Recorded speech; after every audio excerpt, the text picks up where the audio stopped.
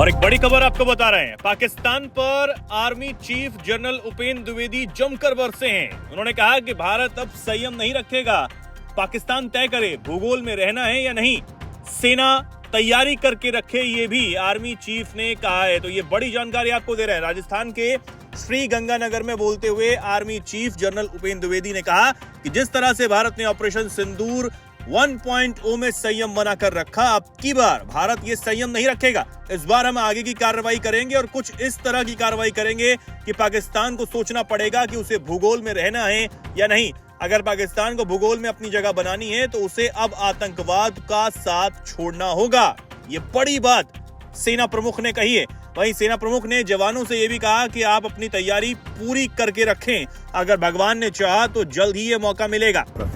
ठीक है, तो टेररिस्ट को तो वो गिनते ही नहीं। ठीक है, तो ये मैं आपको बताना चाहता हूं कि इस बार भारत देश पूरी तैयारी के साथ है और इस बार वो संयम नहीं रखेगा जो सिंदूर 1.0 में हमने संयम रखा था। इस बार हम आगे की कार्रवाई करेंगे और कुछ ऐसी कार्रवाई करेंगे कि हो सकता है पाकिस्तान को सोचना पड़े कि उसे इतिहास में भूगोल में रहना है कि नहीं रहना है। अगर उसे भूगोल में अपनी जगह बनानी है तो उसके लिए उसे जो स्टेट स्पॉन्सर टेररिज्म जिसको हम बोलते हैं, तो ये बड़ी चेतावनी यहाँ पर सेना प्रमुख उपेंद्र द्विवेदी ने दी है।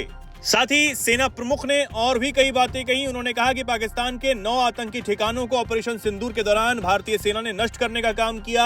100 से ज्यादा आतंकी जिसमें मारे गए। साथ ही उन्होंने कहा ऑपरेशन सिंदूर हमारी जिंदगी से इस तरह से जुड़ गया है कि जब तक हम जीवित रहेंगे तब तक ये हमारे साथ रहेगा।